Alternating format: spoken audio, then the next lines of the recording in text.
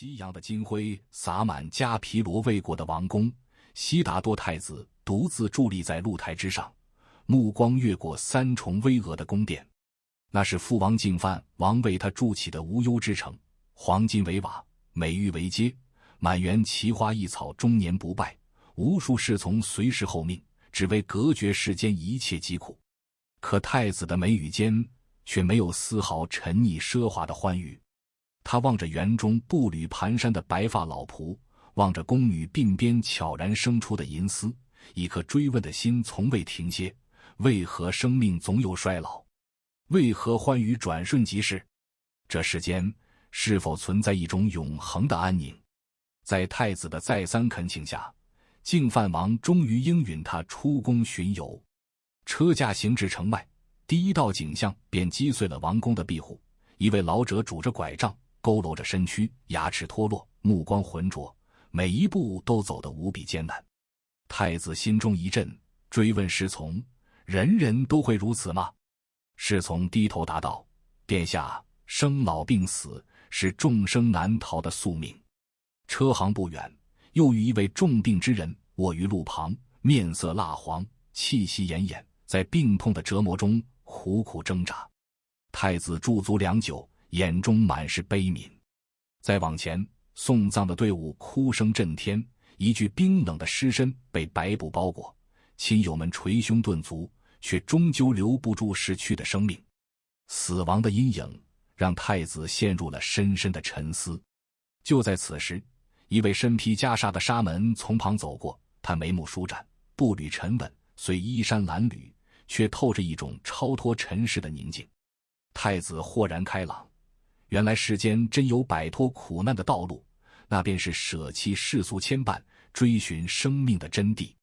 夜色如墨，王宫陷入沉睡。悉达多太子悄悄走进内殿，望着熟睡中的妻子耶输陀罗与襁褓中的儿子罗睺罗，眼中闪过无尽的不舍。他轻轻抚摸孩子的脸颊，泪水在眼眶中打转。他是丈夫，是父亲，怎忍心离别？可一想到世间众生皆在苦海中沉沦，那份求道的决心便如磐石般坚定。他唤来忠诚的侍从车逆，牵出宝马监制，在月光的掩护下悄然走出寝宫。守城的卫兵早已在神力的作用下酣然入睡。太子驾着骏马，一步步走出王宫大门，走向那片未知的森林。这一夜被后世称为夜半于城，是一位王子向佛陀转变的开始。抵达森林深处，悉达多太子亲手脱下身上的华贵王袍，换上了粗布衣衫，将王冠与珠宝尽数丢弃。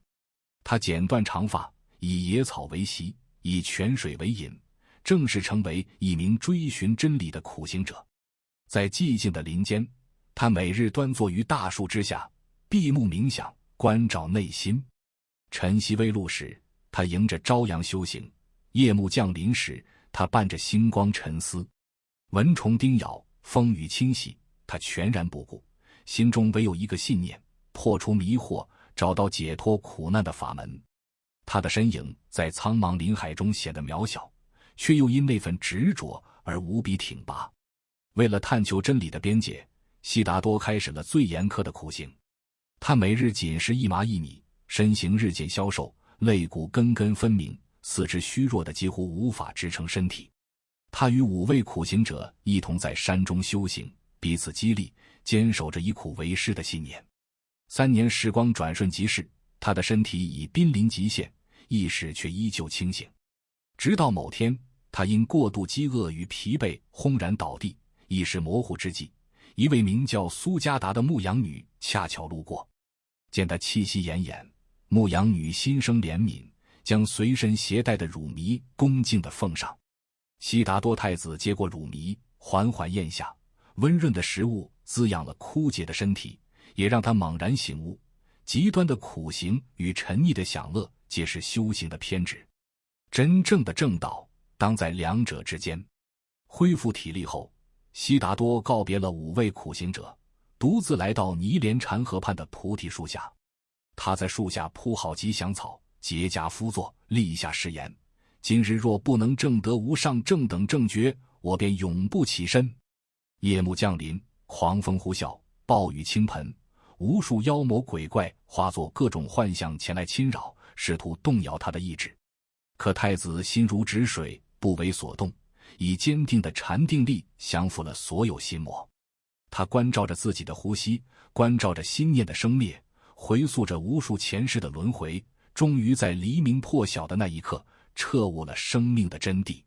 当第一缕阳光穿透云层，洒在他的身上，悉达多太子眼中绽放出圆满的智慧之光，他终于证得无上菩提，成为了三界导师、四生慈父的释迦牟尼佛。天地间祥云缭绕，百鸟和鸣，仿佛都在为这一伟大的时刻欢呼赞颂。菩提树下的觉悟不是终点，而是慈悲的开端。释迦牟尼佛睁开双眼，望着世间万物，心中满是怜悯与智慧。他明白了生老病死的根源，知晓了脱离轮回的法门，更立下了普度众生的宏愿。从一位养尊处优的王子，到一位历经磨难的苦行者，再到圆满觉悟的佛陀，悉达多走过的道路是一条追寻真理的道路，更是一条慈悲济世的道路。从此，他将以无上智慧为迷茫的众生点亮一盏明灯，指引他们穿越苦难的海洋，抵达涅槃的彼岸。这束觉悟之光穿越千年时光，依旧在照亮着每一个追寻安宁与智慧的心灵。愿我们都能在佛陀的教诲中找到内心的平静，活出生命的圆满。